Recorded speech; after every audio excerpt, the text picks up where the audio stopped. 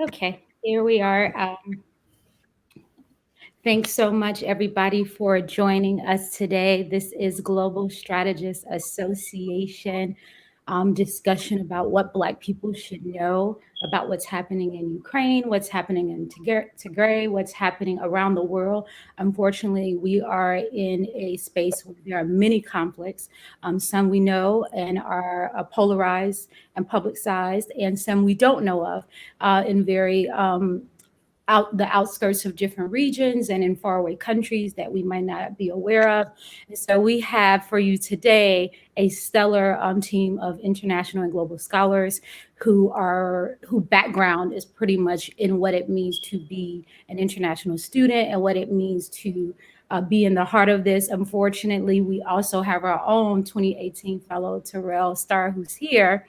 And you might have seen him on your television and in your Twitter feed. And he's actually in the midst of what's happening in Ukraine. So we want to send prayers and light and love for the situation that's happening there on the ground with him, his community, and the entire country.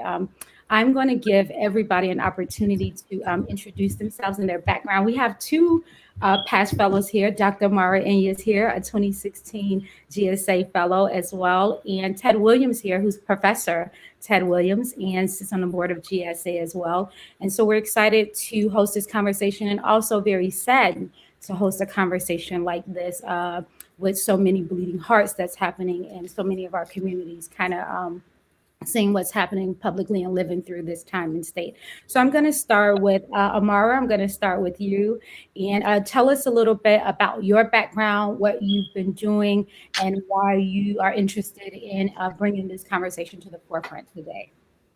Sure. Thank you, Aprecia, for bringing us together in this space. It's good to be back in the same space with my colleagues, with Ted and with Terrell, who we go way, way, way back, uh, quite a few years. And so, though the circumstances are fairly grave, it's good to share space with you again. So, I work in the space of advocacy, particularly at the global level, as well as at the national level. So, I work with Global Black, which is the transnational organization that's working to build power for Black folks around the world. I also serve as the manager for policy and research for the Movement for Black Lives. And so doing that work, which is more so domestically in the United States, but also with an eye toward what's happening elsewhere with Black folks. So, there is a lot that's happening. I think it's important for us to just have the context for a lot of what's happening, as well as make sure that we are kind of seeing the bigger picture, because there is so much around narratives that is coming at people every moment of every day, right? And so I think sometimes it's important for us to take a step back and really get that bigger picture, get that context, so that we can better assess what's actually happening up to the minute. So with that, I'll just leave it there. And again, glad to be here.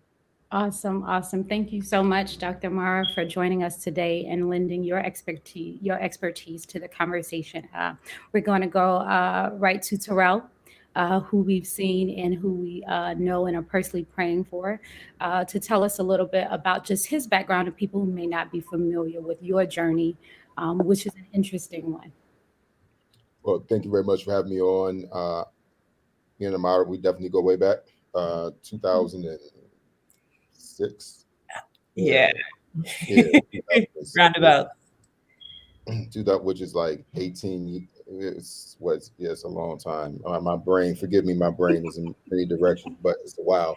But at any rate, yeah, I'm a founder, host of Black Diplomats podcast. It's a podcast that focuses on the intersection of race and foreign policy. I am also an independent journalist. My last job was as a political correspondent with The Root, so I covered domestic politics as well as foreign affairs. I focus on U.S.-Russia relations with the primary emphasis on Ukraine. I'm in Ukraine right now covering the war, and literally, been through airstrikes and all the terrible things you see in war, which is really awful.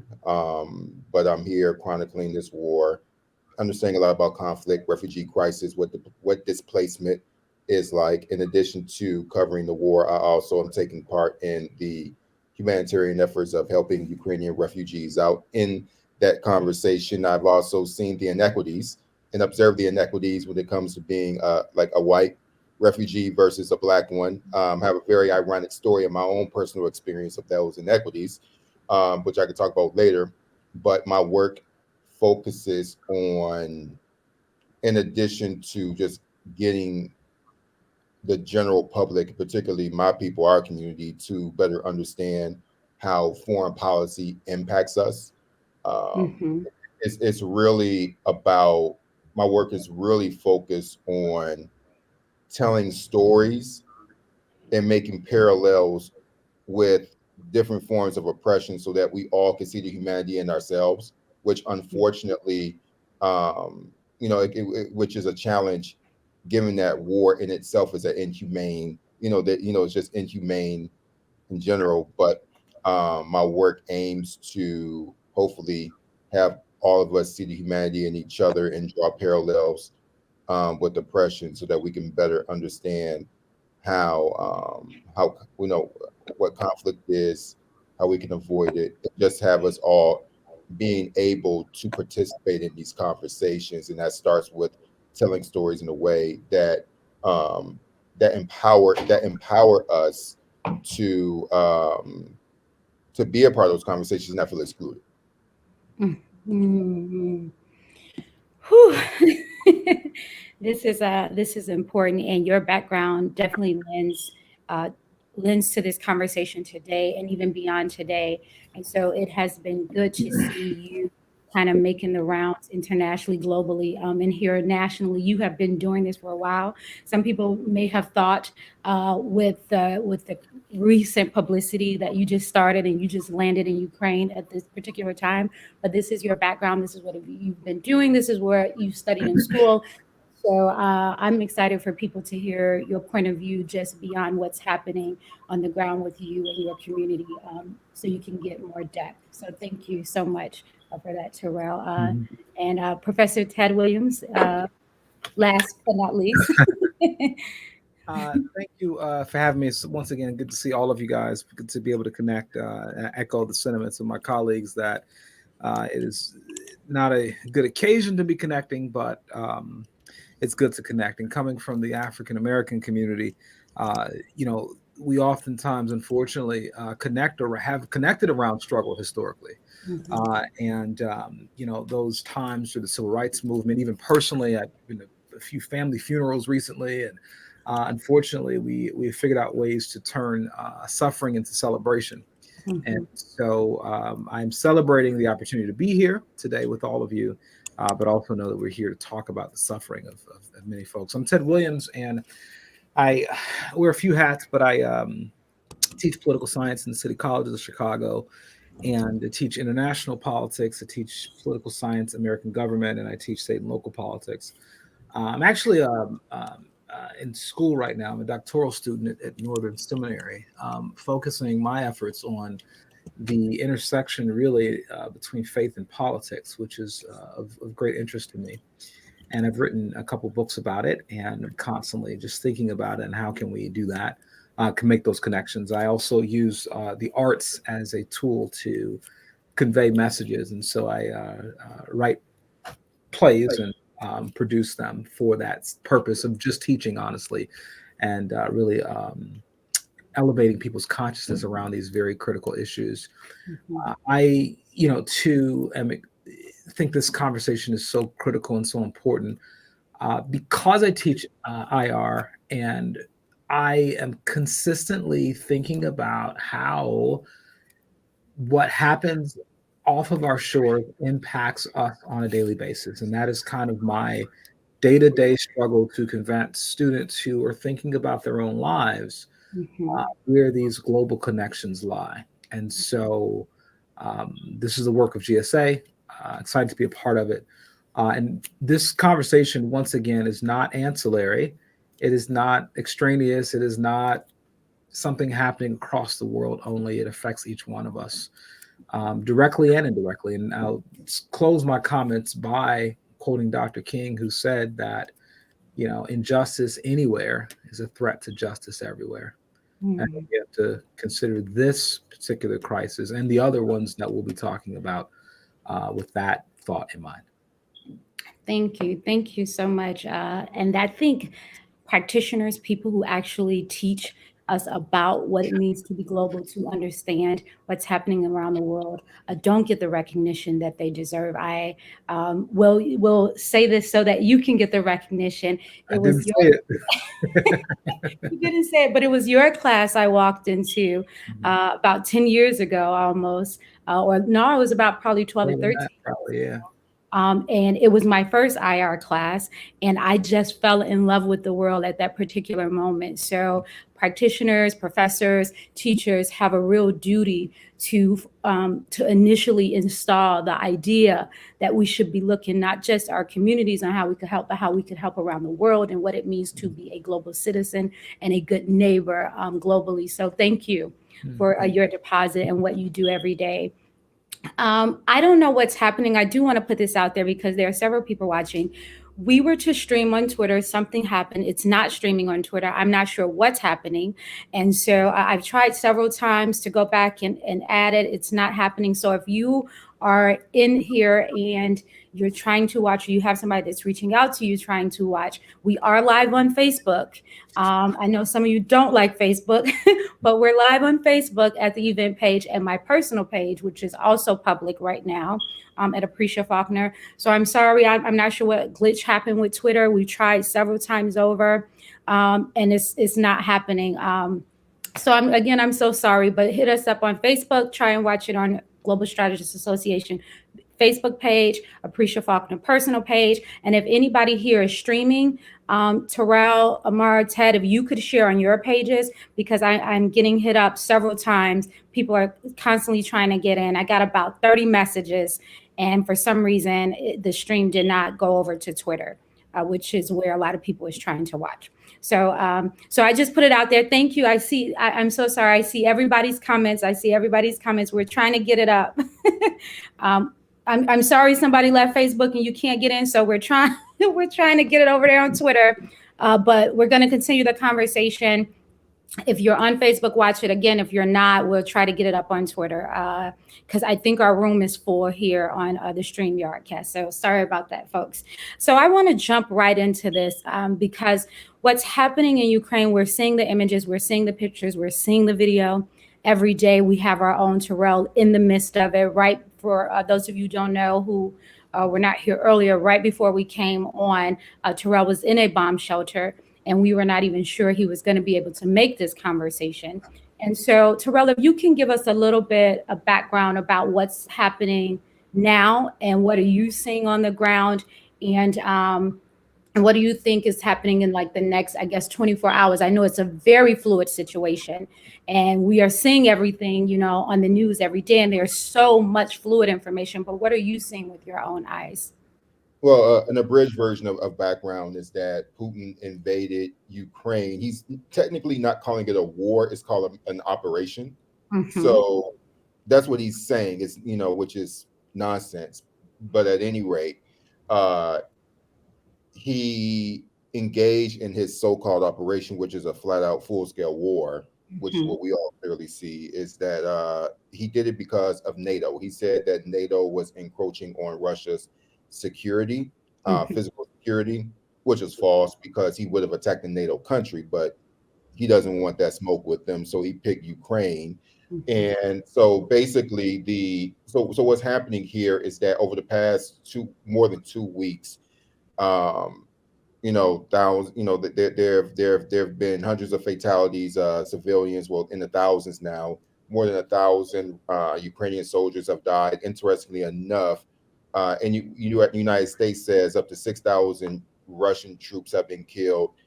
Ukrainians said that there are about 12,000 Russian troops that have been killed. Major cities, including this one, it's been bombed, or the area has been bombed. So we go into the shelters anytime there's incoming missiles coming in, because we don't know where they're going to hit. They've hit civilian targets. I've actually reported on the civilian targets, the air to ground strikes that have taken place. One of the buildings that was struck in Kiev, where I live, is about a 10 to 15-minute walk from where I lived. Mm-hmm. And so the Russian military is definitely hitting civilian targets because it was one in my neighborhood. A friend of mine, a kilo of explosives was hovering over a building near her. Drone but it was via a drone, but the drone was hit with an interceptor. But Mm-hmm. basically, it's caused a major humanitarian crisis, approaching 2 million refugees outside of Ukraine. You also have a large, you also have women and children who've been killed during these strikes. You have, including maternity wards. You also have a large number of foreign students, many of which are African students. Most of them are Nigerian students who have been stuck in this war, who came as students, but then now they're part of this refugee crisis, and they tend to have some of the toughest circumstances because they're in a lot of these major cities like Sumy and Kherson, for example. You've probably heard those names. They're in the Far East, whereby Russian troops are surrounding those cities so no one can leave. But but even when they get up to the border, at least initially, faced incredible racism and discrimination.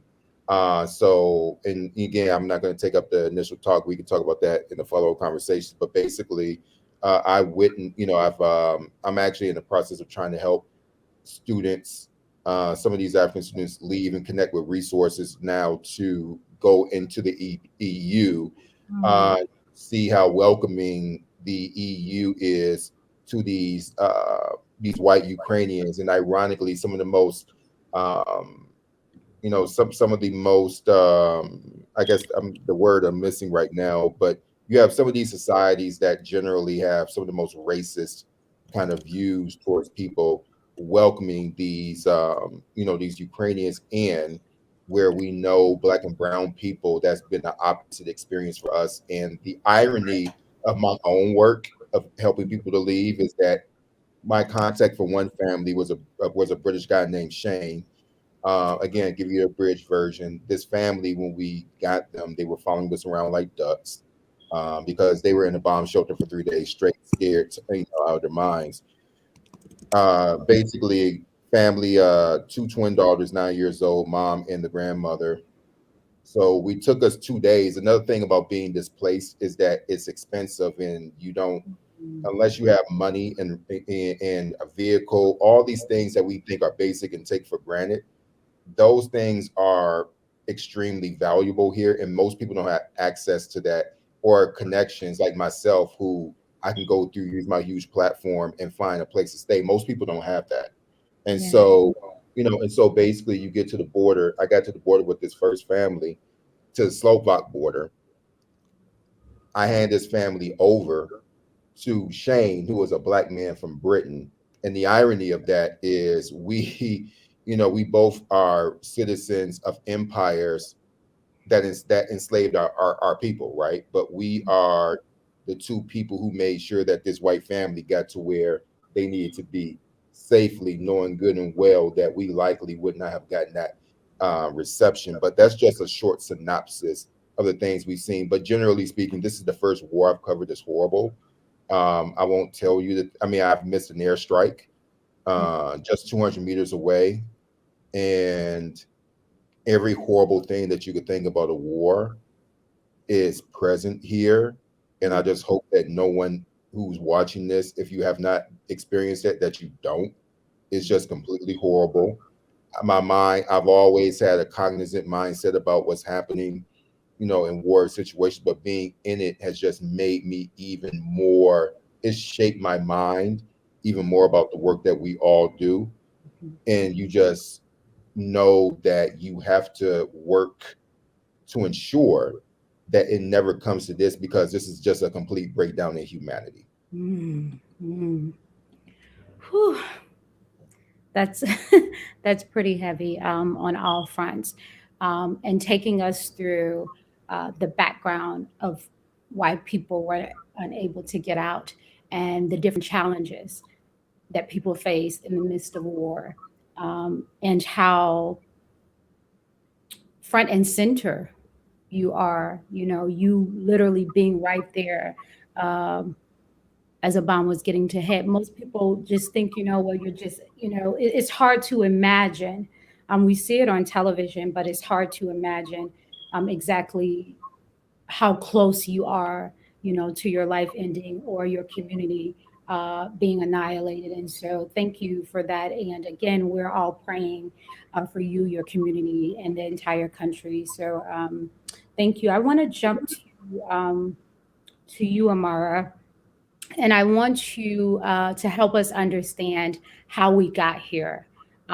Some context with Russia, with Ukraine, NATO, and the West as a whole, and America, if any role they have played. We hear takes all the time that this is because of America has escalated the situation to some degree. That NATO constantly pushing the borders. This is what Putin is saying. What is the background story with what's happening in Russia and what's happening, with this particular war and America's role, if any? Yeah, I mean, I certainly cannot and will not claim to be an expert on Russian, East European, and Eurasian studies. Leave that to Terrell. But I think what's valuable for us to recognize in this moment, and it looks like I'm a little bit frozen, so I'm going to pause just for a second. Okay.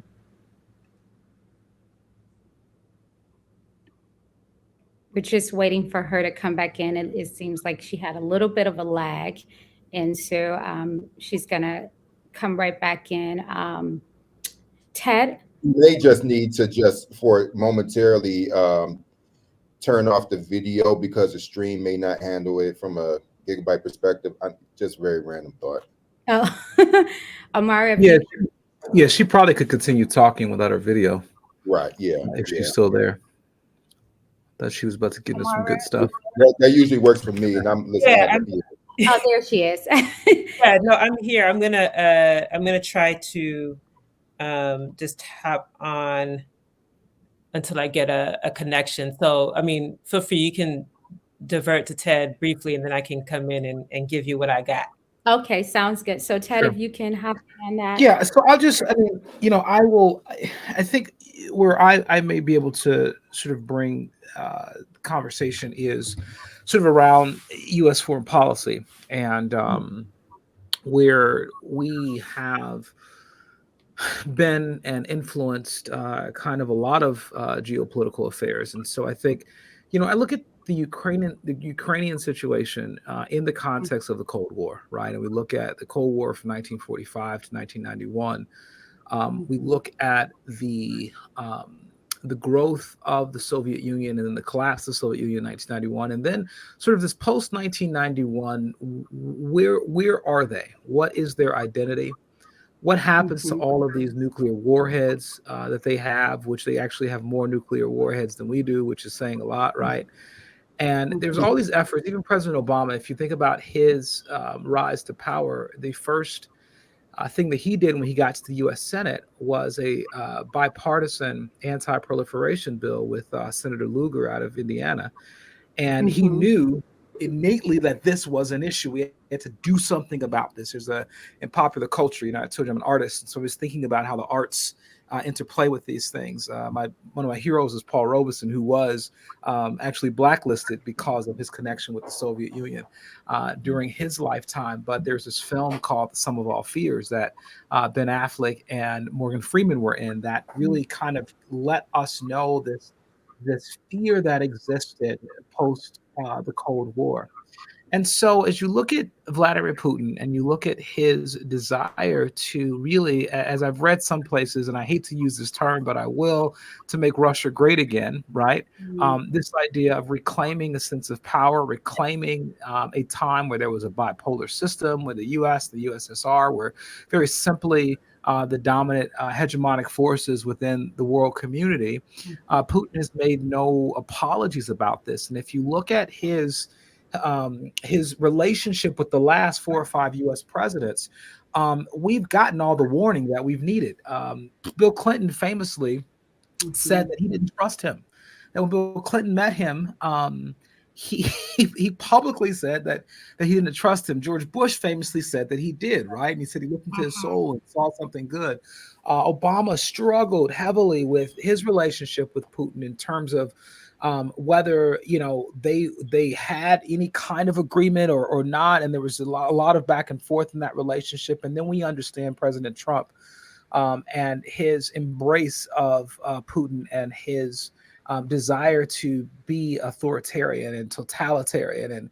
And so we look at kind of how our U.S. policy has in some ways emboldened him, right? Supported him, that sort of thing. He has, unfortunately, like us, and I don't mean to make sort of a moral equivalency here, but we do have an unfortunate history of the same kinds of actions, the same kinds of efforts to overthrow various leadership around the world. There's a wonderful book that I use for my students called Overthrow by Stephen Kinzer, in which we look at this very long history of the United States engaging in the overthrowing of various leaders across Central America, South America, Middle East. And it's all done, by the way, with some moral impetus behind the movement.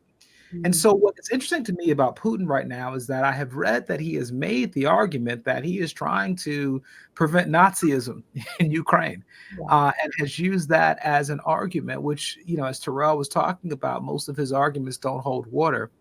But I do think that as we look at the entire picture here, this conflict does not come out of nowhere, right? This conflict is a conflict that has decades of history to support it.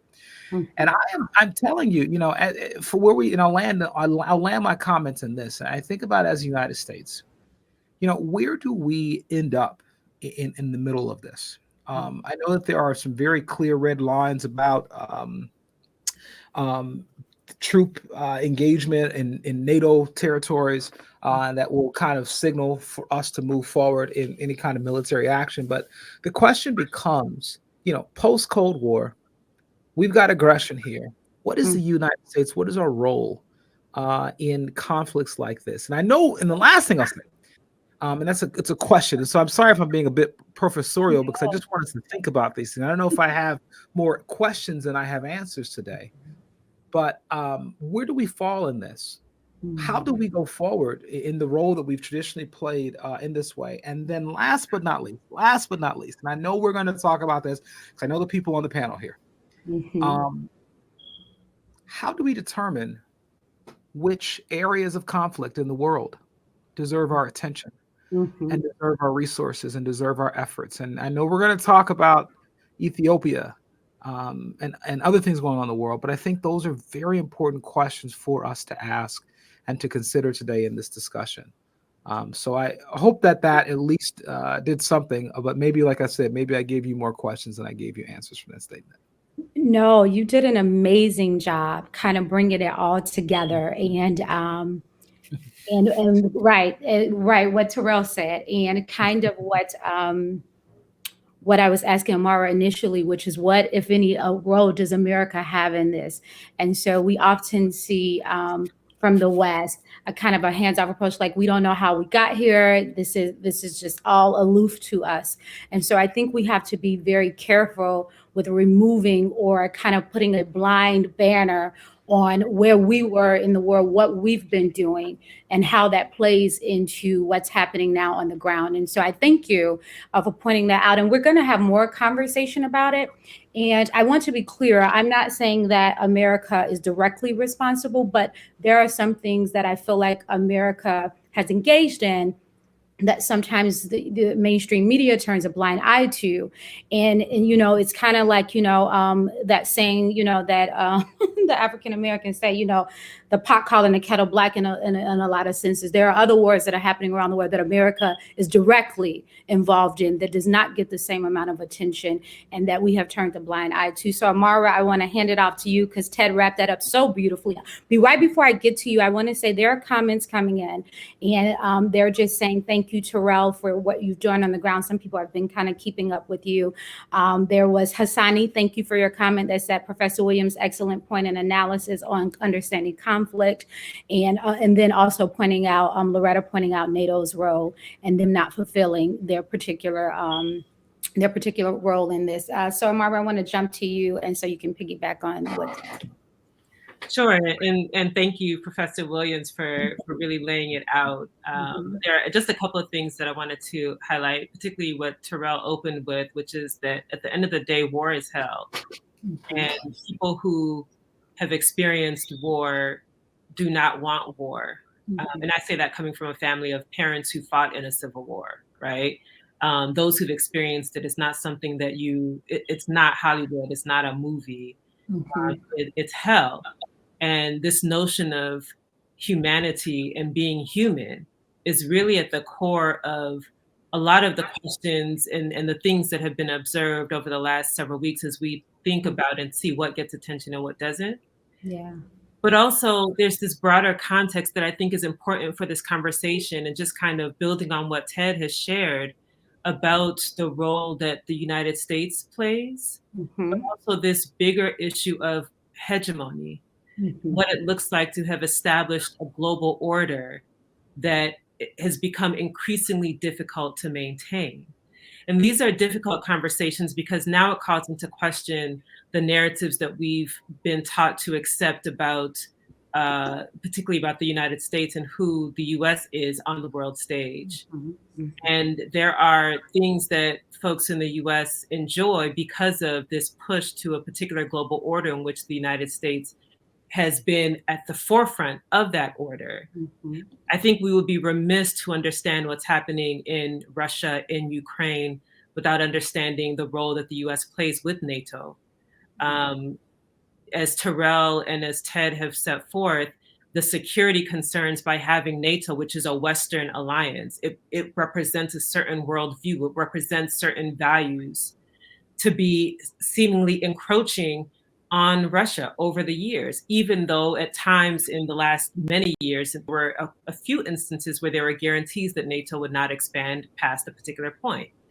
But then we've seen, for example, Latvia, Estonia, Lithuania becoming members. And that for Putin is what he would call a security concern, right? And so the idea of NATO expanding even further to Ukraine, according to Putin, I mean, I'm not reading anyone's mind, but based upon what he has said and articulated, not just now, but in years past, it is a security concern, right? So this isn't just, it cannot be boiled down sort of to a one-dimensional narrative of the Ukraine, like, oh, we just don't like Ukrainian people, or he has used some phrasings around whether the Ukrainians being just Russians, basically, like they're just Russian, which is it's a devaluing of their identity and sovereignty. However, this conflict and this war now extends far beyond that. And so I would call people's attention to resources. I would call people's attention to looking at the dynamics now where you have Germany engaging directly with Russia on a pipeline for natural gas, a deal that I think they had paused fairly recently because of the war. But this was a real thing. And so what that means is that for the United States, which must maintain its place at the top of this global order, to have European countries, even those that are allies, now forging relationships with Russia for the purposes of trade, for the purposes of getting access to resources, that actually threatens the role that the United States has historically played as sort of the senior partner in this alliance. So even with other Western European countries, whether it's France or the UK or Germany, the United States has still played a role as sort of a senior partner, and then the European countries as sort of these junior partners or allies. I mean, you can see it in the amount of funding for NATO that comes from the United States. And at times, historically, the U.S. has engaged directly with Russia on, I mean, you can see it in the amount has used NATO to not just for defensive, but for offensive strategies. And we can look to what happened in Libya. under Gaddafi, and NATO was used as an offensive force to essentially oust Gaddafi in Libya. Libya at the time was one of the wealthiest countries in Africa, and if you see where Libya is today, it's a disaster. In that instance, you see NATO as the aggressor working at the behest of the United States, right? So we cannot afford to sort of have a one-dimensional view of the West, particularly because we have to understand there's a global order that is fundamentally being reshaped. And that global order is being shaped by resources and access to resources. It is being shaped by monetary policy. We cannot talk about this war without understanding the role that sanctions are playing and the exposure of how sanctions and monetary policy have been used to perpetuate the current global order to the benefit of the United States. These same tools are used in other contexts. I mean, this is a conversation about why Black people should without understanding. And the reason is because look at all of the countries, African countries that still are tied to the French treasury. When they have exhibited a desire to be independent or establish their own currency, France immediately steps in to make sure that they don't. This is because the wealth of these Western nations is still directly tied to exploitation of African countries and of the places that they had colonized. And we have to understand that history when we're thinking about what NATO's role is, what the role of the United States is. And this informs what areas of the world get attention and which ones do not, right? So it is, everyone is sort of rallying, and rightfully, because we're human, to the cause of any people that are in conflict or wars being meted out against them. But without fail, the United States definitely picks and chooses those conflicts that it wants the public to get behind. We saw this with Afghanistan. We saw this with Iraq. And when you start to unpack those layers and those conflicts, you start to see another narrative that's not just we want to save these people or we want to liberate. These tools that are on full display in this current context have been used not in a liberatory fashion, but to actually maintain order and to keep states in line with the current global order. And I think that's important. The question that we should be asking is, what does a world look like with multilateral states being equal, not having to fall into sort of the interests of the dominant hegemonic powers, meaning maybe it's the United States on this side and Russia, although they're not at the level of the United States, they're not sort of in the traditional sense, this imperialism sort of in the traditional sense, but they are a regional power. And where does everyone else fall in that? So what does it look like to have an equality of multilateral states, that kind of global order, as opposed to one where it is dominated and must be dominated by a particular hegemonic power, in this case, the United States, who's willing to use NATO and use other mechanisms to maintain that order.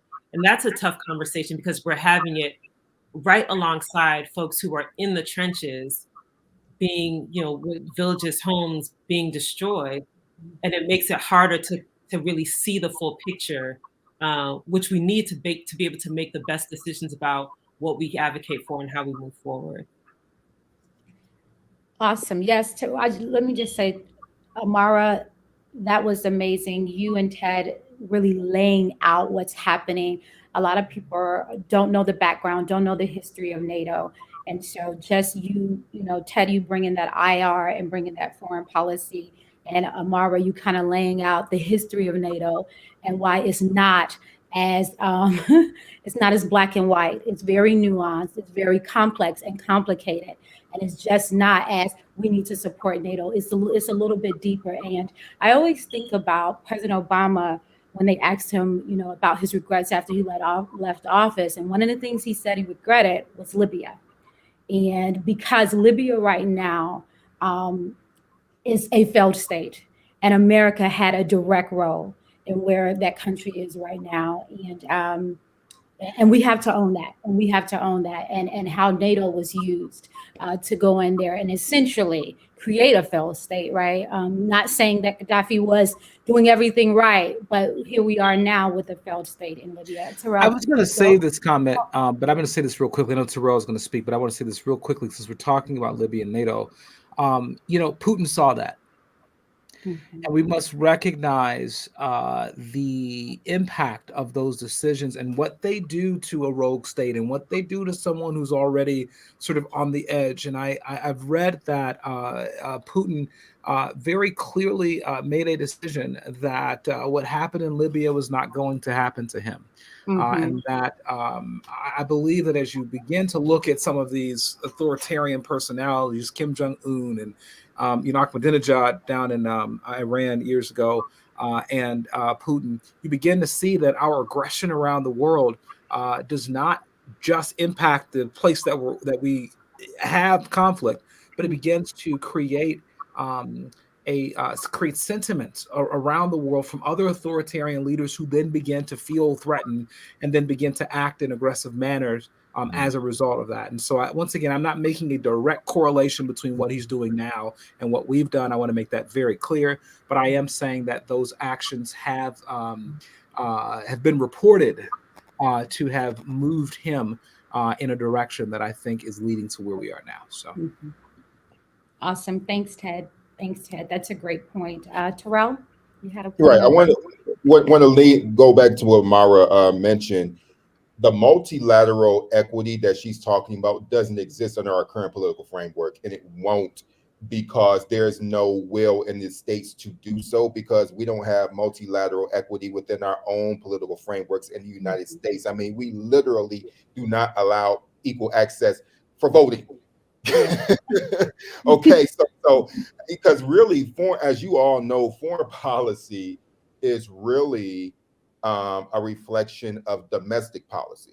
And it's not that much different in a way. Is that you have people who are taking their domestic values and applying them to the world, and most of the people who are making big decisions, in my mind, are not particularly worldly. I mean, none of the people have this type of outlook and framework that we have. Secondly, when you think about NATO, right, there are just a few things I wanted to touch on. Is that one, Amara brought up a point of these conversations are difficult because people are literally in the trenches. And trust me, as somebody here who's in these trenches with people, I get it. I do think that it's still worthwhile to have the difficult conversation, simply because the bottom line with NATO as it applies to Eastern Europe is that NATO is not their oppressor, right? They don't see it that way. And I think for that deals with the racial differences that, with the continent of Africa, for example, because interesting enough with NATO in this part of the world, and again, I would love to do a whole little summary on it, but basically the whole point of it is that all the countries in the former Soviet Union that are in NATO did so voluntarily and insisted on joining, because they wanted to escape this post USSR tyranny, and so they were just so none of these countries ever were culturally unified with the USSR, none of them, including Ukraine.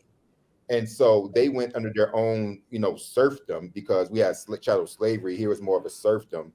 And Ukraine also, in addition to being, the way that Putin talks about Ukrainians is like the equivalent of what I call white trash. And if you looked at Putin's speeches leading up to this, he's also pretty racist. And so he talks about Crimea, which is a dominant kind of Turkic, peoples, referring to them as Islamic terrorists. So again, when you don't have people like who look like us who analyze these things, because there are a lot of things that are left out of what Putin said that provide context of who he is. And so he actually operates in a Russian supremacist state, where he basically looks at a lot of these countries like what a lot of people look at West Virginia, kind of like the lower of the low whites. He definitely has levels to who is a Slav and who is, and who isn't, and the Russian is definitely at the top. But going back to American culpability here, when Amara was talking about the economic standpoints, is that after the Soviet Union fell, Um, Prior to that, KGB officers were for decades looking at loopholes in the American banking system because America has its own kleptocratic tendencies, and much of that goes through and where you think a lot of these people hide their money, they hide it in U.S. real estate. They hide it in U.S. Financial systems, and there are loopholes for them to do so because American banking systems make too much money off them to close them. And so ultimately, when we deal with going back to our Amara's, the multilateral equity, right, around the world, that would require you to close these economic loopholes that abuse, right? That would require a complete reshifting of how we think about economics and power in this country, and that benefits too many people who are powerful in order to do that. And so the reality of it is that with NATO, for example, there is, so the Eastern Europeans who are joining the former Warsaw Pact countries, the former USSR countries, the Baltics, for example, they have right now NATO. If you just look at it at face value, it does have the language right now. Interesting enough, they do have a moral argument as it pertains to this particular issue. The problem is that they're morally inconsistent. And that's the main thing. And also, the foundation in its current use has been predicated on abuse of people who can't fight back, right? Like the Gaddafi, for example. And so when you have these moral inconsistencies, you don't have much ground to stand on when you're thinking about, because when you talk about these equity, when you talk about this multilateral equity,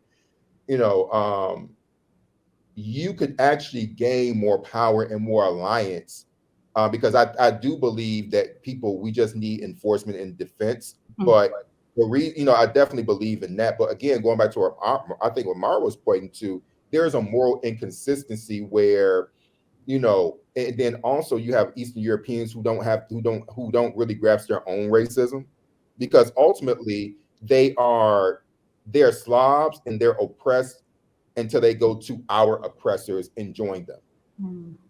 And so listen, even in the midst of this war, I say that because I see inequity. And so you're not so as much as I would like to see these multilateral equities, we have to have this, we have to again close these loopholes, because like I said, Russian KGB officers found those loopholes for decades. And so after the USSR fell, one of the reasons why it's so difficult to really enact these sanctions, because sanctions are art, not a science. And so they often have to work in concert with Europe. But again, one of the challenges is that they're making too much money, because why would they care about undermining the Russian economy when they undermine the integrity and the humanity of an entire continent?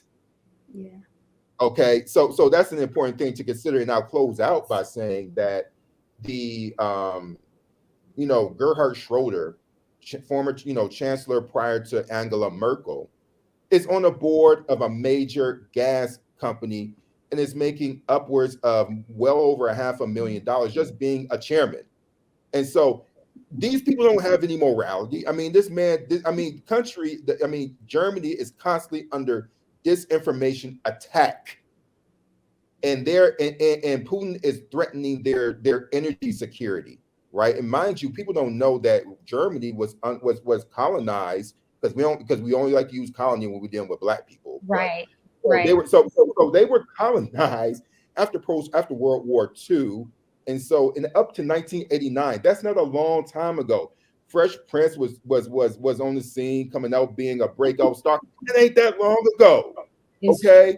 And so so still with that colonial framework, their top leadership over the years have been so greedy and so incestuous with the Russian economic system that they don't even have enough, so that their leadership have not even had enough gumption to look at their own political and economic integrity against Putin's aggression. So finally, NATO in this point is morally correct in this particular instance if you look at it in isolation, but it has a history of being so morally inconsistent and bankrupt that it just makes its moral stance in this particular instance and Eastern European alliance support essentially moot. As I'll just end there.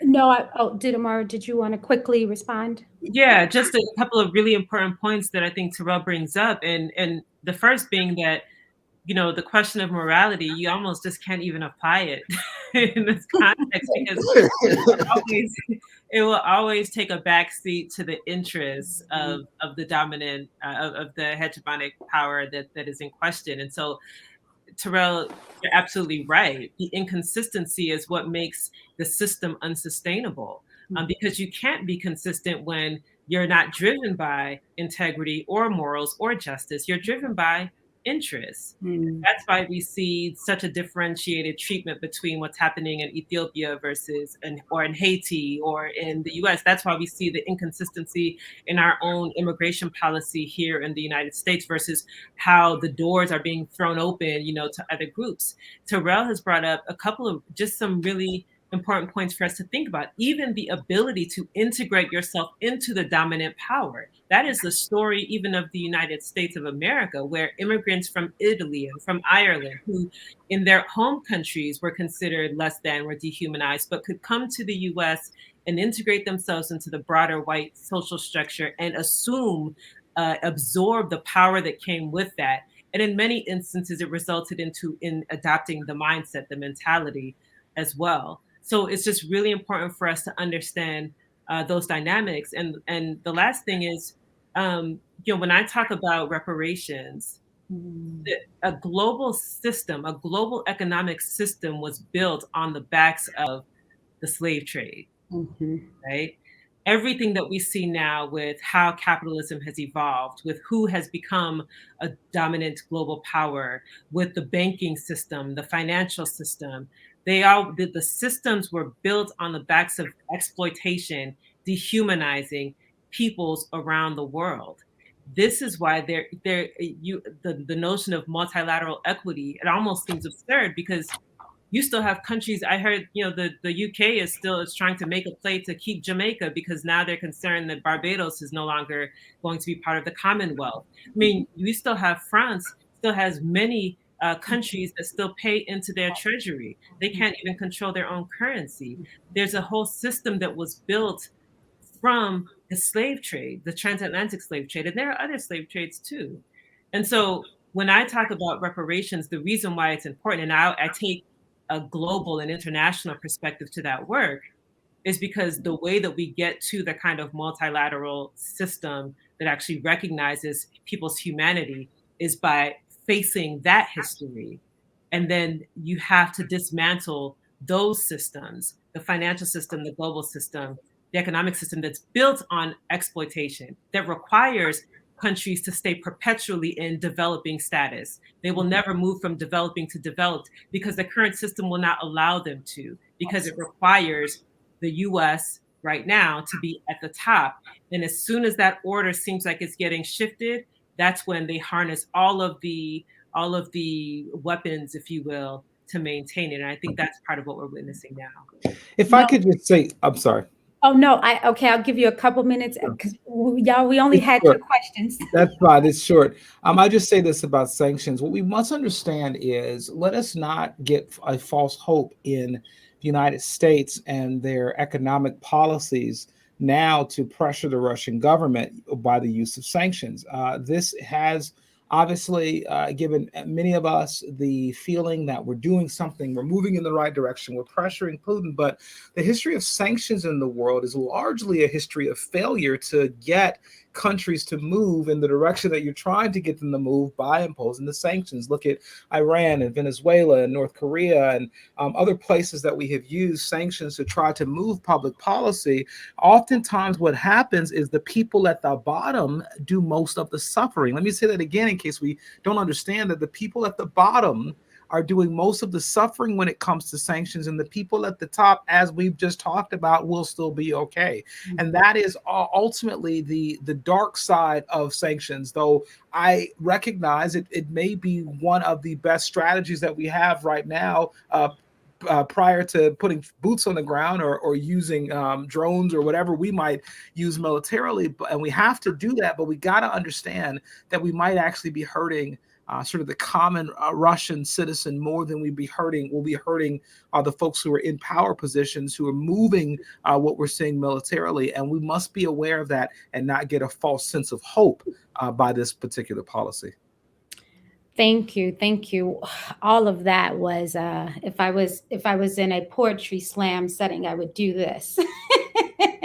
Because you three scholars have just kind of laid out where we are and given a lot of background context to how we landed here. And it's important for people to understand what's happening when they see certain images on TV. They have questions, and television, you get little clips here, and on social media, you'll get a little clip here, but the context to, multilateral equity, like you're speaking of, Amara, or Terrell, what it means when Putin, has a hierarchy according to whiteness, and who's white to him and who's not white, and what does that mean for his invasion. And Ted, you speaking about sanctions. So all of this is important. I want to answer some questions we got kind of from Black people. Essentially, everything we do is centered around Blackness. I think there are a lot of white spaces that dominate foreign policy, international affairs, global affairs, whatever you want to call it, foreign policy. And for so long, Black people have kind of just been left out of this conversation, which is why we have and are excited about 3 Black scholars bringing this conversation to the forefront, who are at the top of their field. What Black people, I've heard and had questions about is, why is it, we just saw this recently, there was a bill passed, right, that we gave a ton of money, for Ukrainian aid, rightfully so. And at the exact same time, there was a bill that was sitting in Congress that was attached to this bill where we couldn't get additional monies for COVID relief. And so folks are feeling like why is America over here doing what it do around the world, but you can't seem to take care of your own citizens and Black Americans? And I can speak to many bills, the George Floyd bill, there are many different bills that are sitting there, but there's a quickness and a swiftness to help out the world, but you can't seem to do right by your own citizens. And especially when it comes to Black people, like we didn't get the John Lewis thing, we didn't get the George Floyd bill, we didn't get what we wanted. And yet folks are asking questions because there's a thing, and not just in the Black community, but I think with Americans particularly, is that if you can't take care of home, why are you trying to be the global police?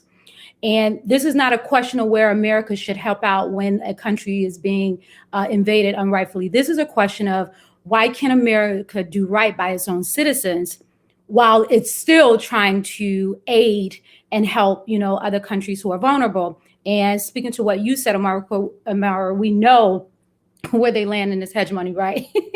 So we know why they can't do what they need to do. But for folks who feel like they got to choose between the local and the global, what is our government showing us when they can't do right by its own citizens, but then rush to, to secure a bill? And how should Americans and Black Americans read into that when you can let the John Lewis bill sit for, months, or you can let, the George Floyd bill go down the drain? You couldn't give COVID aid, and you essentially removed it. And next thing you know, the Democrats passed, this bill to give aid to Ukraine within a matter of just a couple hours. What does that say to us? Yeah, I mean, I definitely, that is the critical question, because on the one hand, we want to talk about how what happens outside of the United States is really, really important. But on the other, those who are within the United States are seeing the same government that hasn't been able to corral the resources to meet their immediate needs, being able to corral the resources for people thousands of miles away. The first thing that I would say is to recognize that crises always show us what's actually possible. And I say that to say, so much of the rhetoric over the last year, and really over the last year primarily, when it came to, for example, this spending plan, whittled down from 10 trillion to perhaps 1 trillion, which is for over 10 years time, right? So there was all of this drama. You had Senator Manchin and Senator Sinema, who all of a sudden became these all-powerful figures in the Democratic Party, and was the reason why a $10 trillion plan, which was designed to help people on the ground, was whittled down to 1 trillion, and now it hasn't been passed, right? the crises show what is actually possible. For so long, especially for Black folks in the U.S., we don't have enough money. We can't. You're moving too quickly. We don't have the political will yet. You hear so many of these excuses. But a crisis will show you that an excuse was just that. Yeah. And this is why, in all of the work with the Movement for Black Lives, we have refused to accept the excuses that have come repeatedly from this administration and frankly any administration, because we have seen how quickly they've been able to raise money for Ukraine, but you can substitute Ukraine for any other place. But it's impossible to cancel student loan debt, which would have a material impact on people's day-to-day lives, right? So you can start to poke holes in some of the excuses that we've gotten for why things haven't been done to show that actually they can. We have been on the immigration policy side calling for an end to Title 42, which was a Trump era immigration policy that the administration has said is simply too hard, right? But yet we've seen how they're jumping over themselves to make sure that folks from Ukraine can come here. Also, when the situation in Afghanistan, when they departed, they made sure that they could come here. But we've seen how Black migrants coming from the South, from South and Central America, were treated at the southern border. And now all of a sudden, immigration is just so hard. These crises show what is actually possible. And it is why, especially for Black people, we cannot settle for the rhetoric and the excuses that we typically get, because we can see how money can appear in moments of crisis. You can go back to the economic crisis in 2008, where the banks were bailed out. And you can look at what's happened even in COVID and who has been bailed out. The airline industry was bailed out. Money appears all of a sudden. It's just that for us, it seems to come to actually address our material conditions. So we simply can't settle, because we're seeing now what it looks like to mobilize very quickly in large amounts of resources. We know that it can be done. Absolutely. Absolutely. Thank you so much for that. Ted, did you have anything on that? Because I hear that quite a bit.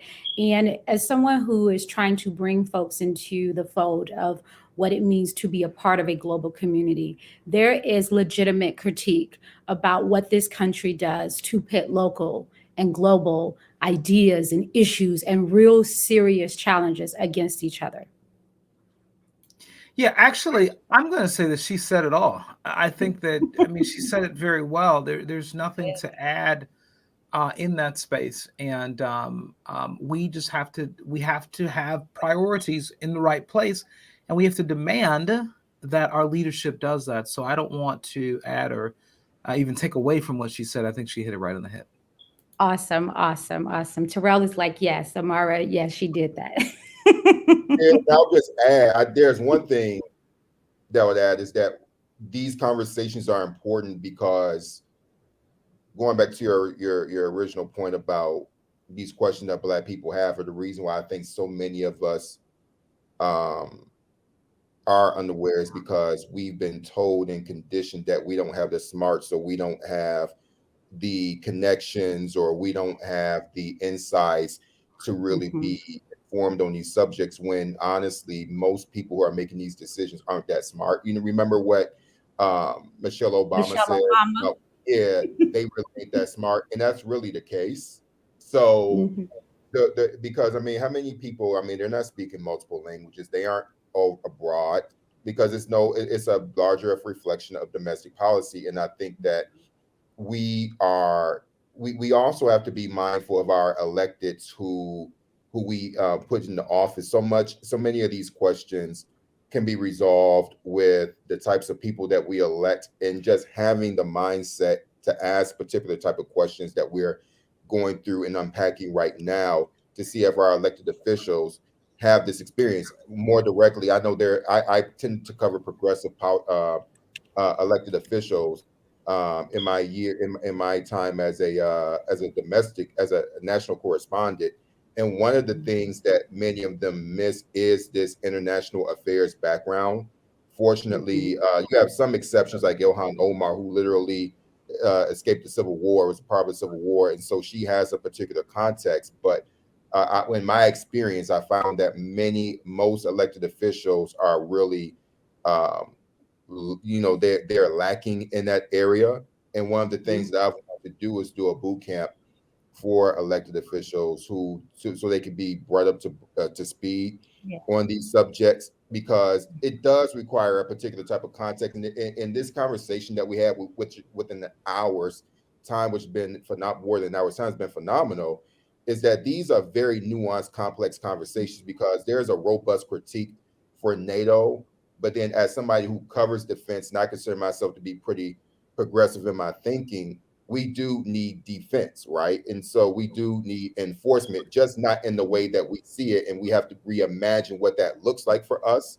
And so it's a very complex thing. And so, well, Amara definitely said it all. I just think that we have to add the fact that our elected officials need, the ones that we elect into office, in my experience, need more knowledge on this themselves, so they can better connect to these issues to us. Absolutely. If I could just add to what Terrell said on this, I think he is 100% right.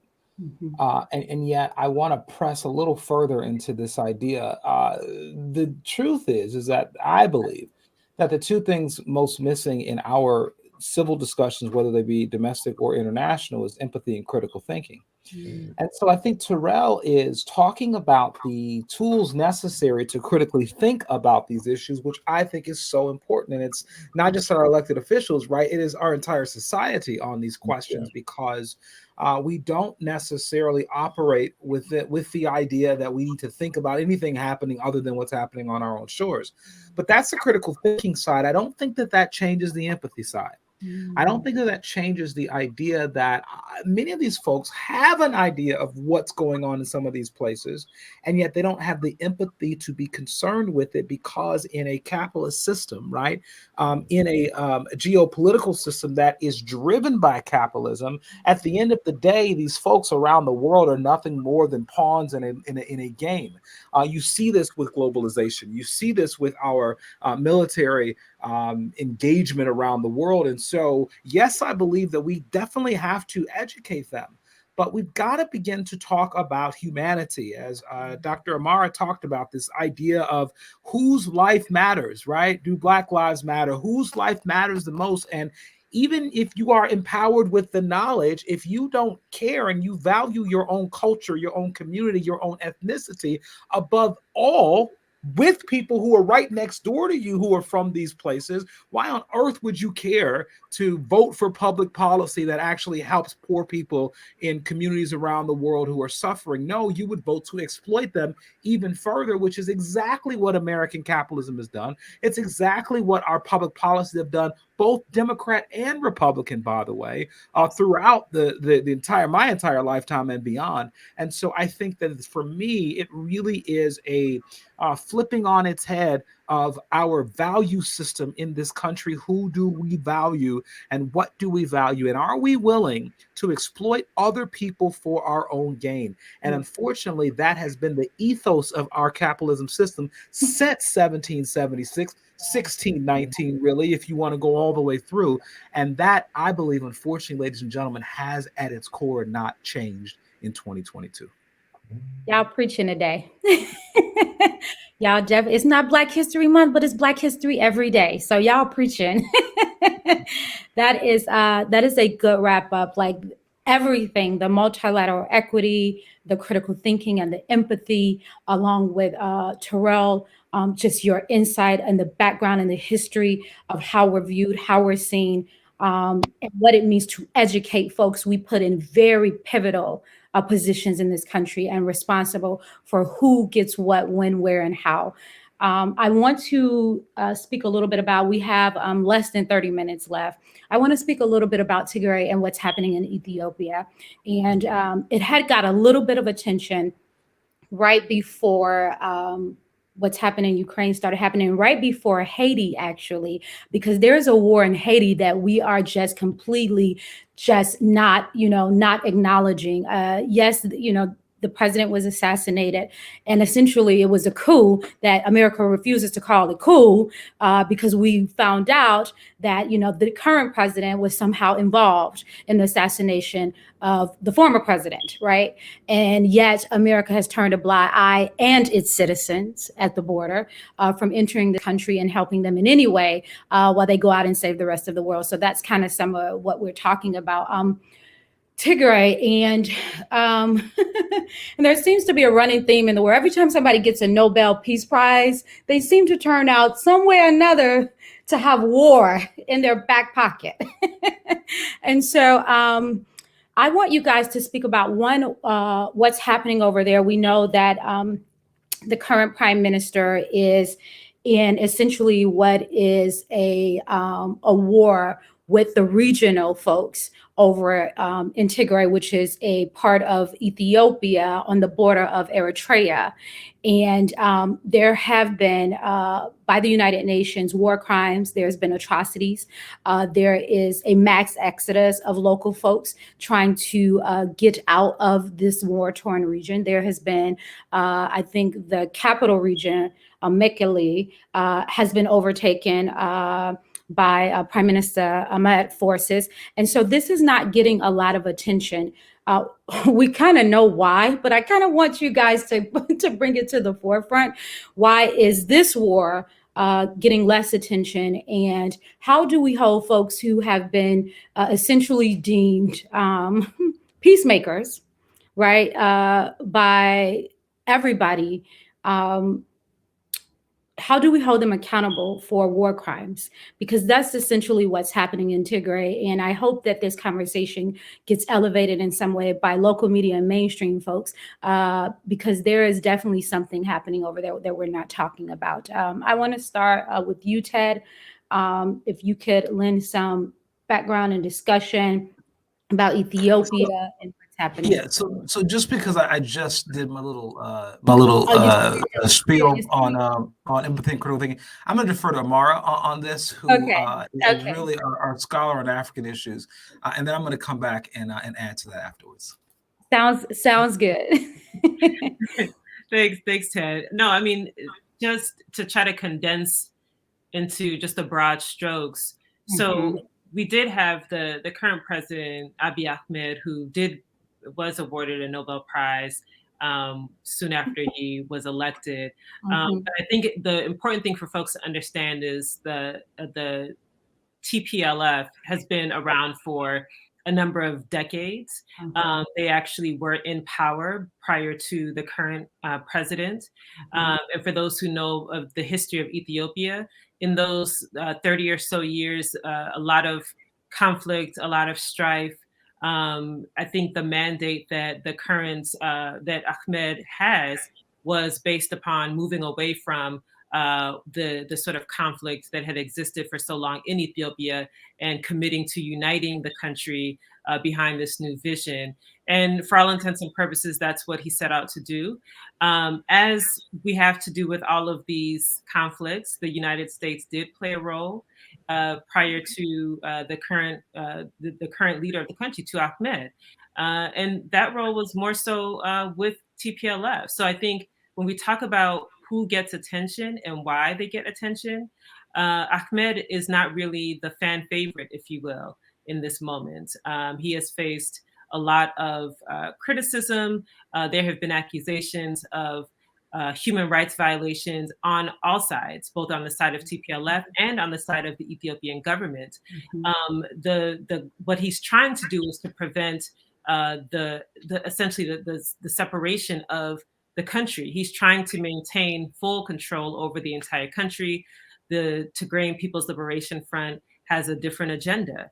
I think part of the reason why this conflict, which really ramped up significantly last year, so there were some things that were happening a couple of years ago in the initial stage of his leadership of the country, but then last year is when things really escalated to the point where, now there are accusations of thousands of war crimes being committed by both sides. And it's quite murky for those who aren't really familiar with the history of Ethiopia and the history of the region. But I think what's important for us to note again is that the United States had interest in TPLF in the years where they were in power, right? And now that has shifted. There was a brief moment of optimism, I think, or just when Ahmed first came in office, but you're seeing that he's not really getting the support. And now it's, oh, he was brought in, he came in to unite the country and to bring peace, and now everything has dissolved. I think the question that folks really would be good to pay attention to is the why, right? If he were sort of an ally of the United States, I'm sure the attention would be different. If they did support his role in Ethiopia, I'm sure the level of attention that would be sort of shown on the region will be quite different, and you would see different narratives coming out of Ethiopia. As it stands, it's hard for anyone who's not deeply familiar with the region to really understand the dynamics, and it's not really clear who is supporting which side. And I think some of that is by design.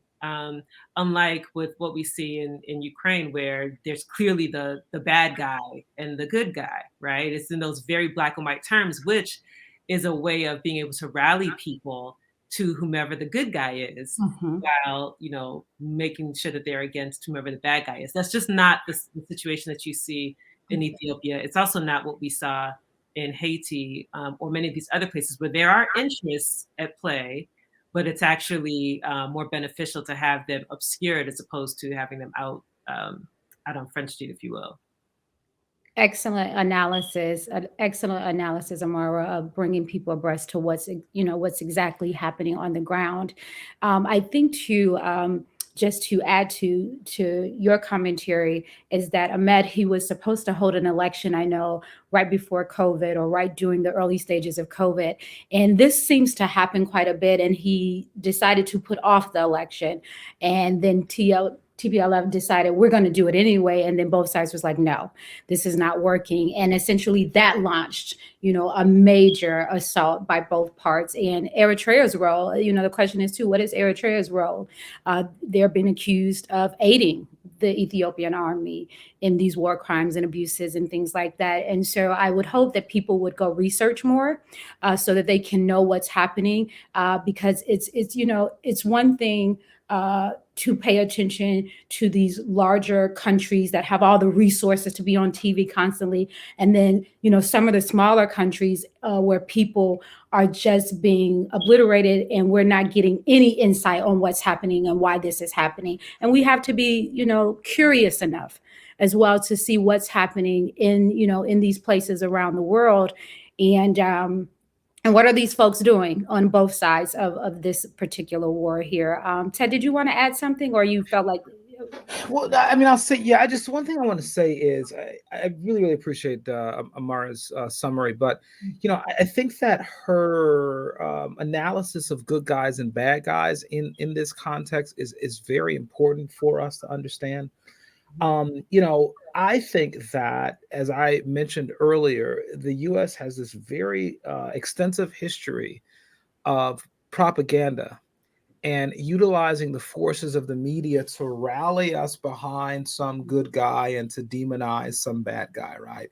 And obviously, given the history of Ethiopia on the surface, as a person of color, I would go, yes, Ethiopia as a state is a good guy. They've been independent, and there's always been sort of that sense of pride in the Ethiopian people because of their lack of having been colonized in that way.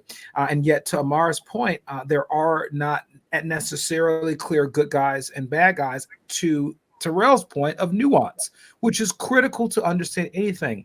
It is so important for us who are trying to engage in public affairs, whether they be international or domestic, to be okay with operating in nuance, to reject hashtag culture, which is very black or white, which is very good or evil, and you're either over here or you're over here. And most of humanity does not operate like that. Most of the world does not. Heck, we can't even live like that in our own families, right? We have people who are good in our family and they got a little bad in them too. And how do we navigate both the good and the evil that exist in all people, which is a theological question, which is kind of, an area that I obviously care about and think a lot about as well. And so I think it is so important that we do not allow the media to determine how we think on these issues, particularly when we haven't even heard about the Ethiopian issue at all. Whenever you see the United States media focused on one particular region, focused on one particular bad guy, focused on one particular good guy, be afraid. Be very afraid, because history, people, history has shown us that's what they did in Hawaii. That's what they did in Nicaragua. That's what they did all throughout Central and South America for years, for decades. That's what we did in Iraq. That's what we did with Libya. And we try to, and then we, after the fact, go, wait a second, maybe these people weren't as bad or as good as we thought that they were.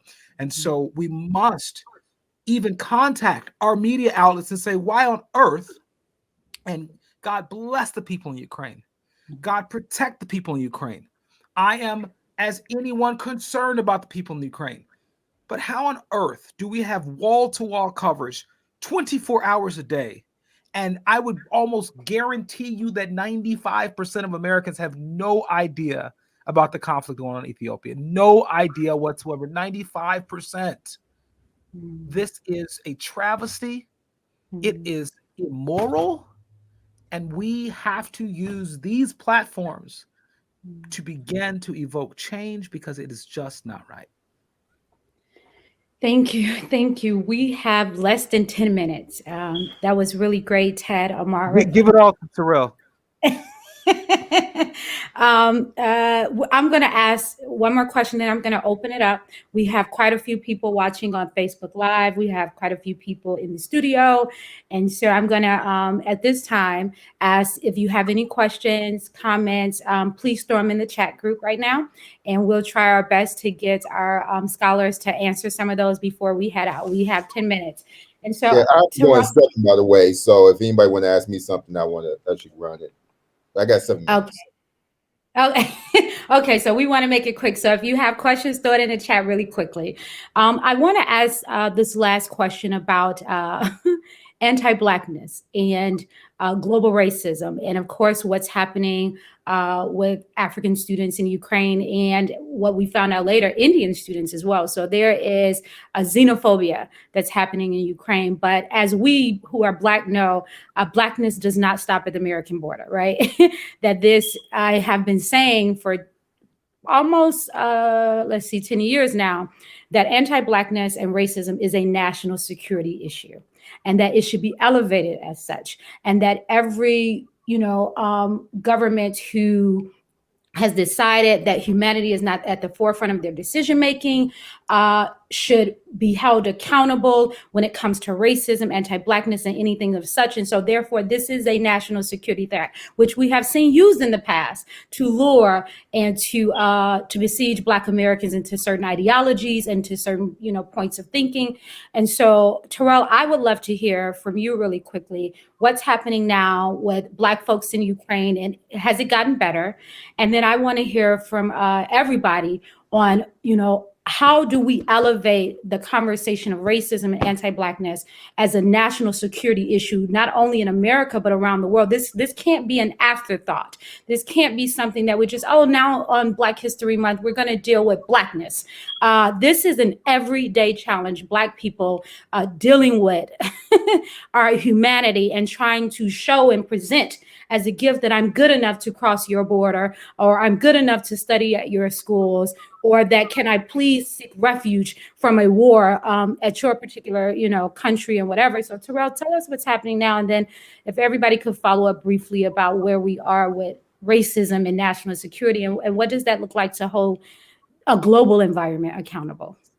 So at the very beginning of this war, there was some journalist who was broadcasting out of Kiev, and his words were basically, I'm here in Kiev, and this is not some war-torn country in Africa or elsewhere, and this is a European city. He did say that. Right, he said that, and of course he was dragged to high heaven for it, which he should have, but he was saying what many people believed. Okay. The audacity. And so, and speaking of Ted Williams, when he brought up the fact that there are a lot of theological questions here, I'm a believer.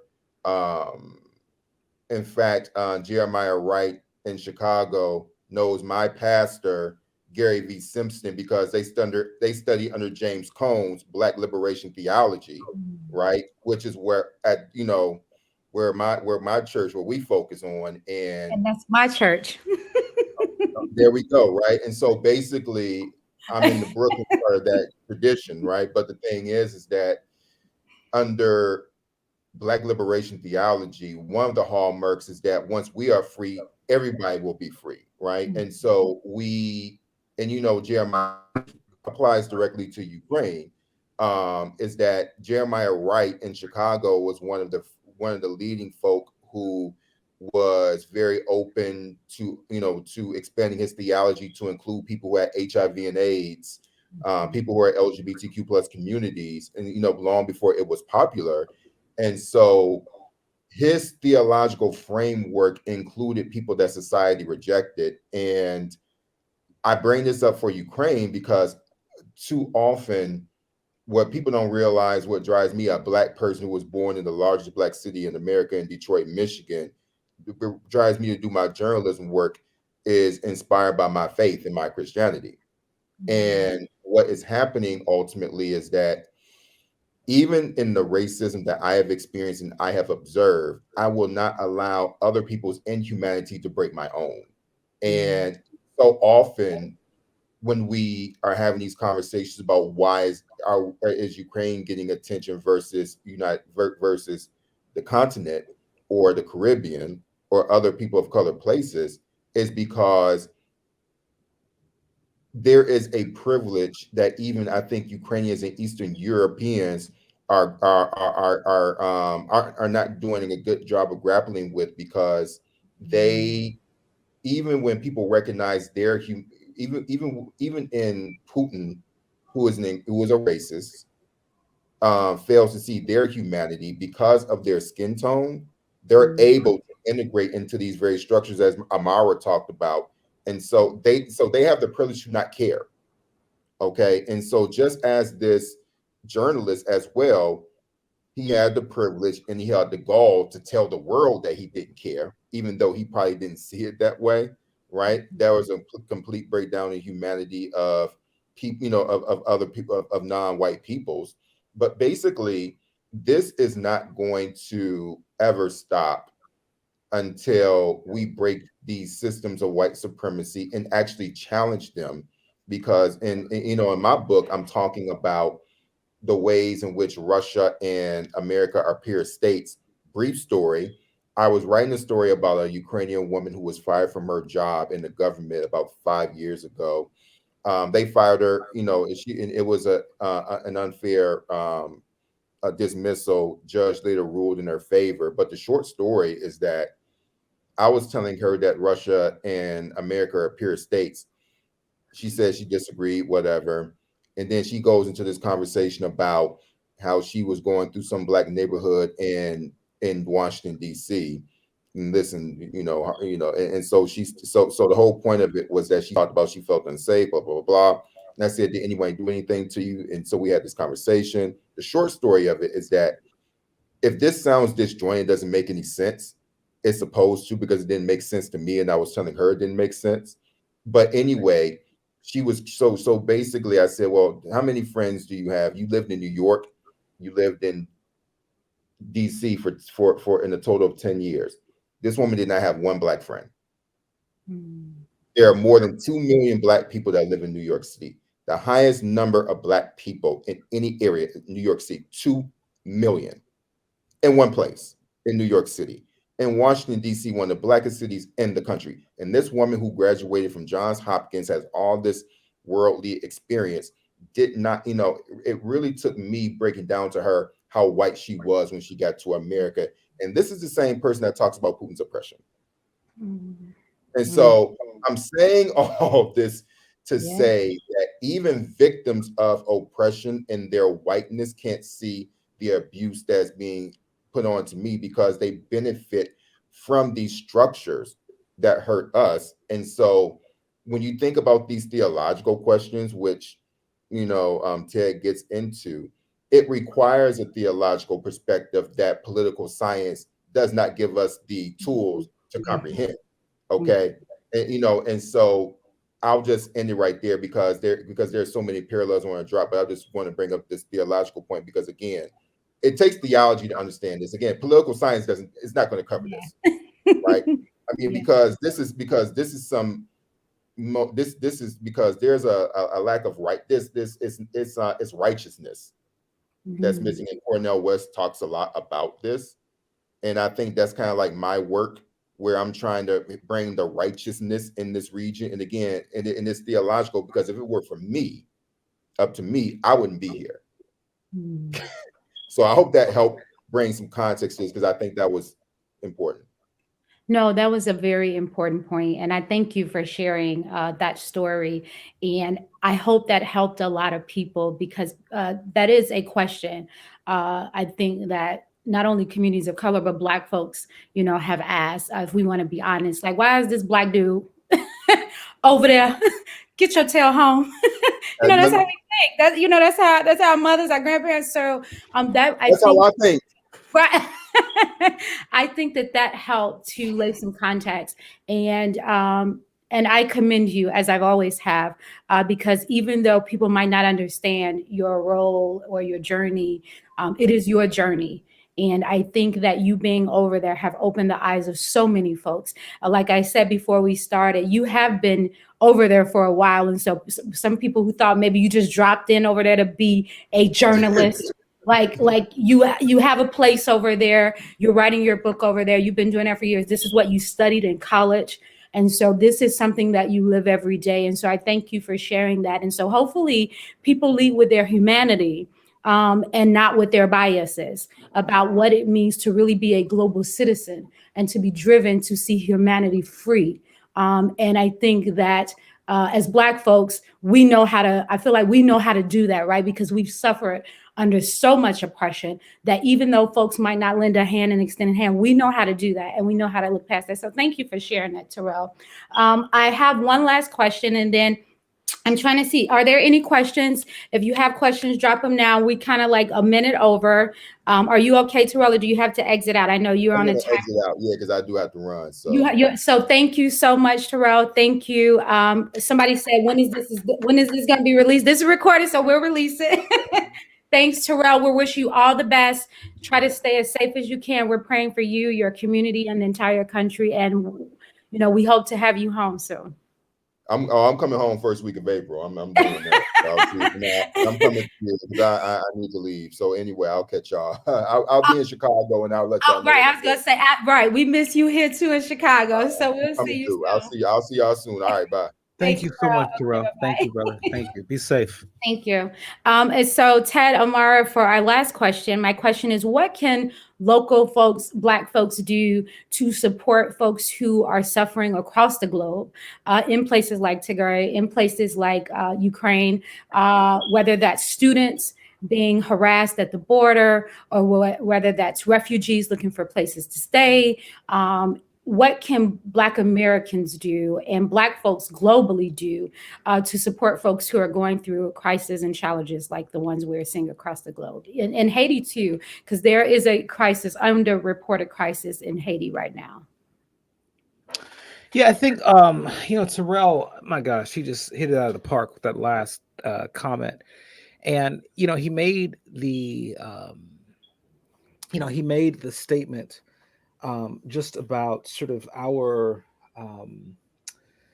this theological question, right? This theological question around how we look at other people and what's happening with other people. And I think that it is so important as we think about what we can do for someone wherever they are. Mm-hmm. We've got to begin to ask ourselves the question, what does it mean to be human?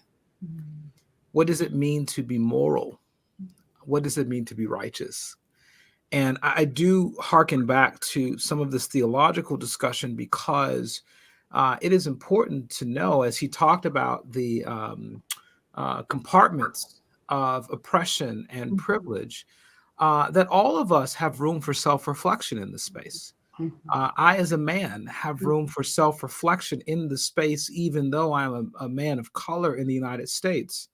I do recognize that there is some level of privilege I have that exists because of my gender, that exists because of my sexual orientation, that exists because of even the time in which I was born. I was born in a space and place where I did have a relative free experience, not completely. But if I had been born 100 years ago, it'd have been different, right? And what do I do with that? If I were Native American, it would be different. And what would I do with that? If I was a woman, it would be different. And what do I do with that? And so for me, I think it starts back with this question of empathy and this question of, in a theological sense for me, do I look at my life as a glass that is half full or half empty?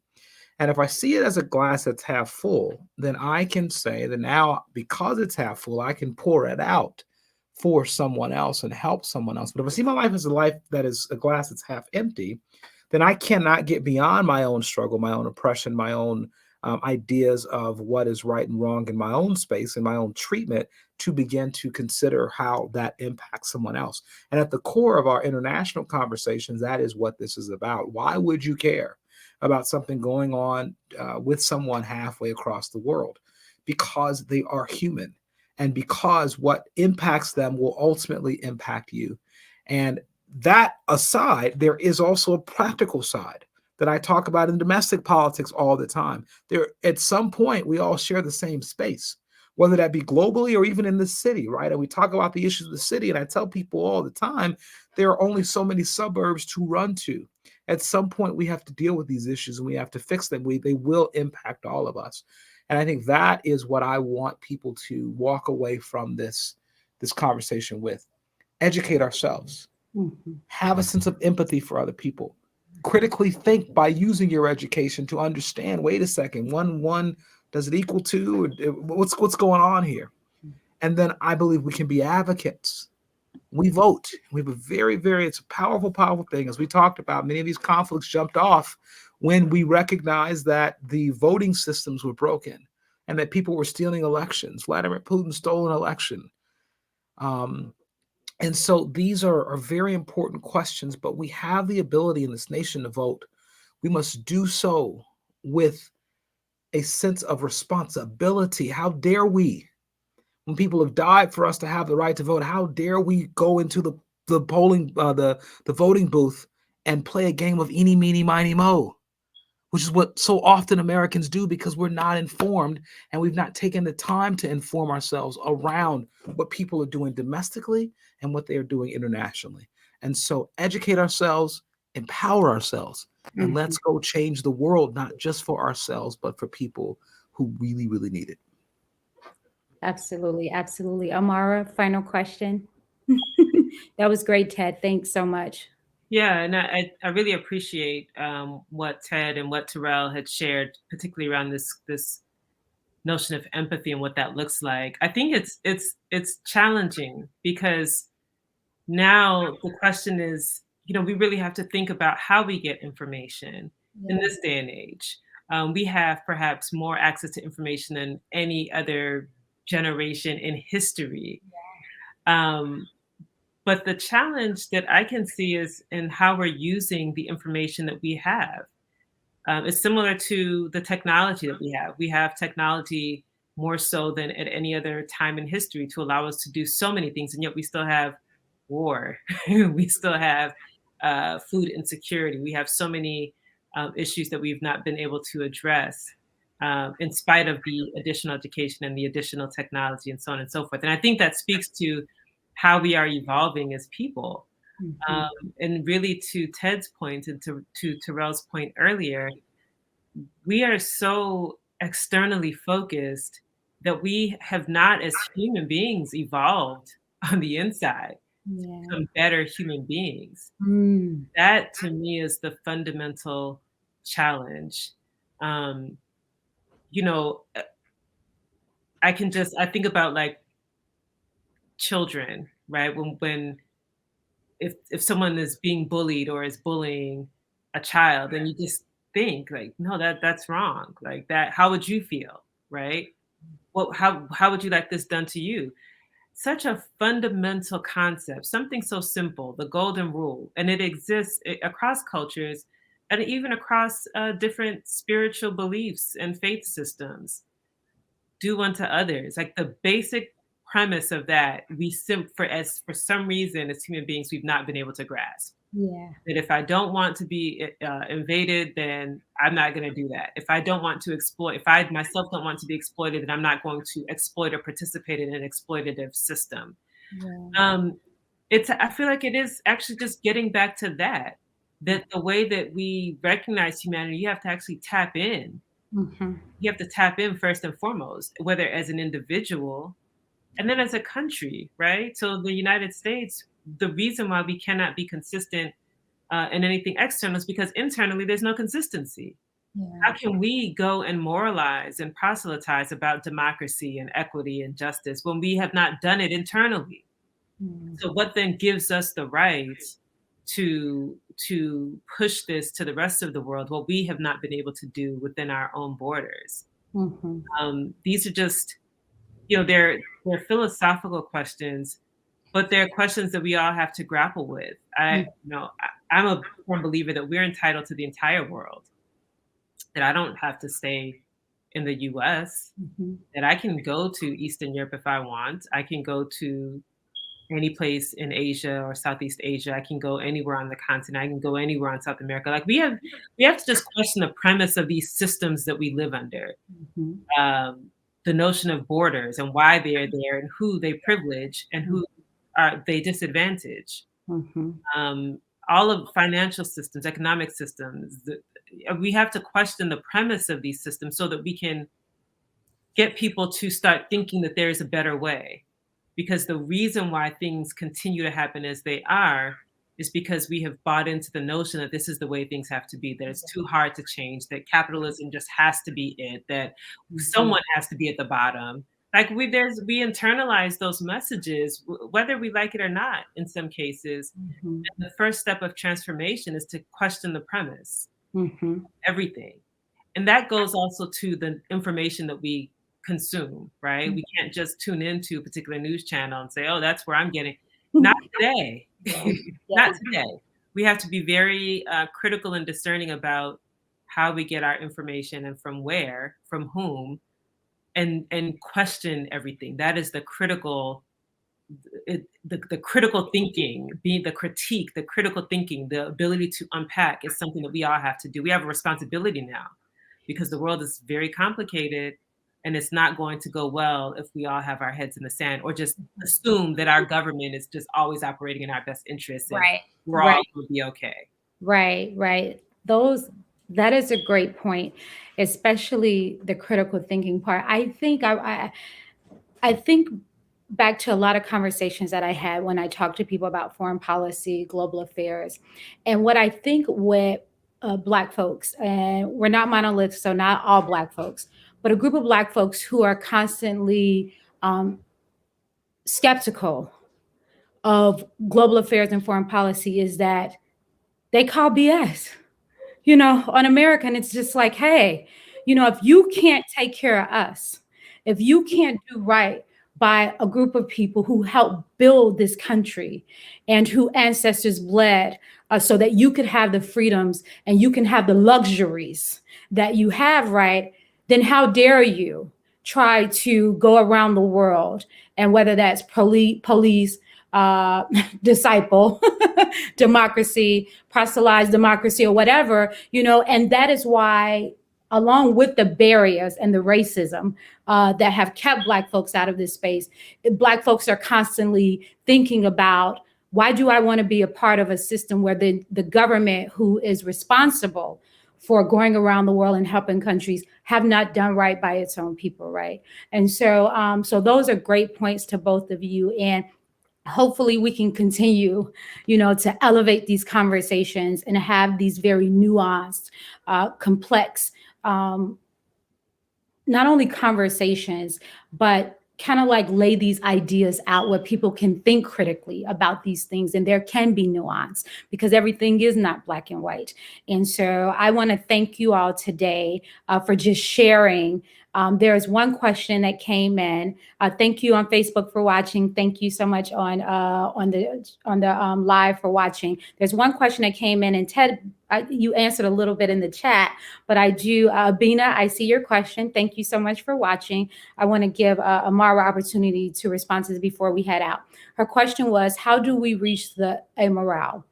Those who lack humanity, those who lack empathy, because they can't relate to the plight of another. So, so how do we reach them, Amara, in your point of view? And that's going to be our last statement before we head out. Yeah, I mean, that's a tough question to be, to be the last question.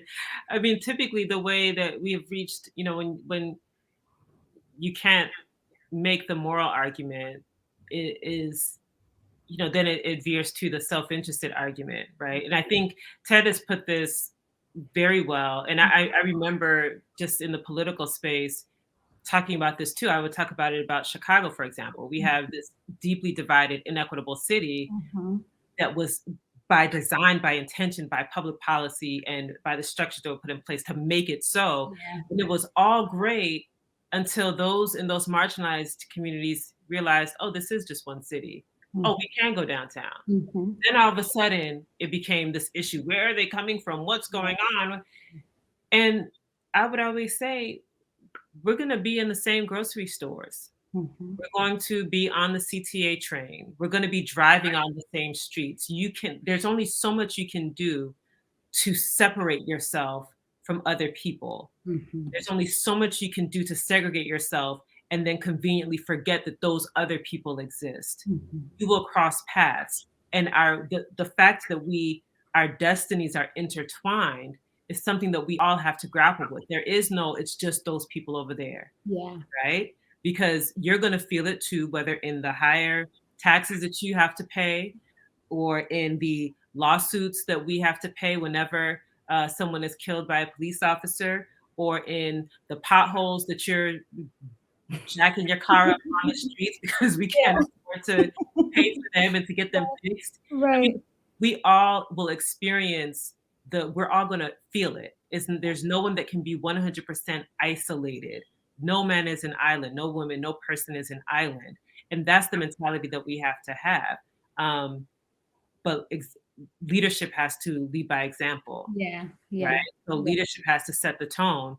And when we use rhetoric that demonizes certain groups, that constantly picks winners and losers, that uses propaganda to push a certain narrative, at some point, Malcolm X said, the chickens will come home to roost. And that, for those who are amoral or who just are not touched by the justice argument, that is probably the only thing that will convince them or that will help to show a different perspective or get them to shift their perspective. Yeah. No, thank you. This has been a very rich discussion. I myself, even though I moderate these, am a student as well, and listening and learning and taking this in. And sometimes we think we're doing so much, but we can always probably do more. And I don't mean more work. I meant more introspection about how we can be better humans, how we can be better neighbors, how we can speak up, against the injustice of not just our geographical neighbors, but our global neighbors as well. So I want to thank you, Ted, for being a part of this discussion. Thank you so much, Amara. There's comments constantly up and down, and everybody is just saying thank you for this richness. I'm getting text messages, and so we have to do this more. We have to do this again. I do want to give each of you an opportunity to tell where people can follow you best, because we have questions about where can they keep up with what you're doing. So Amara and then Ted.